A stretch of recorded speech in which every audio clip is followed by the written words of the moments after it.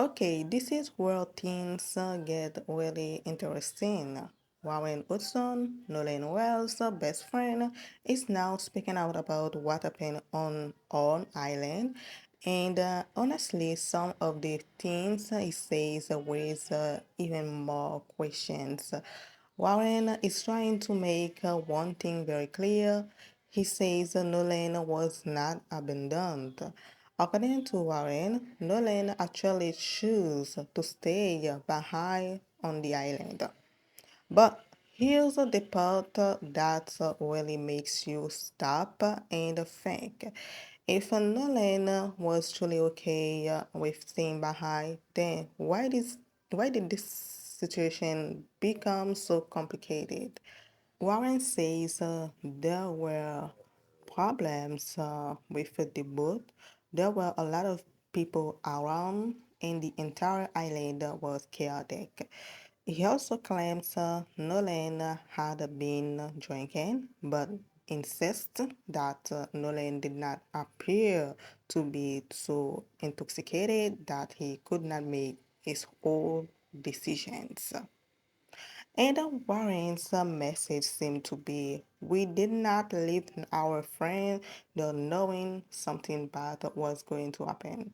But I have to be honest, that's where I start asking questions.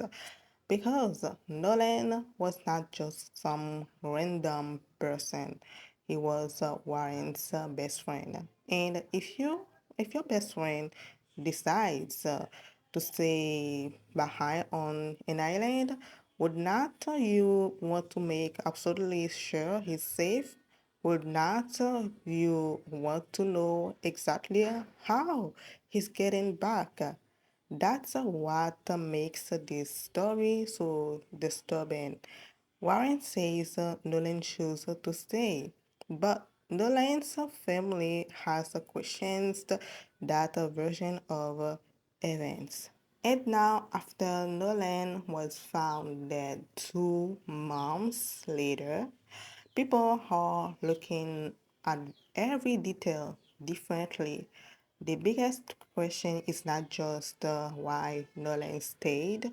The real question is what happened after everyone left. Because whatever what happened during those final hours could completely change how we understand this entire story.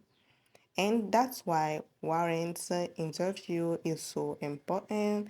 He's giving his side, but at the same time, his explanation does not answer every question.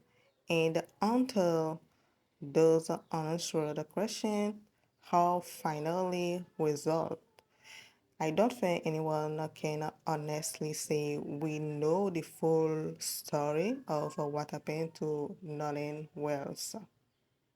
Okay, and goodbye.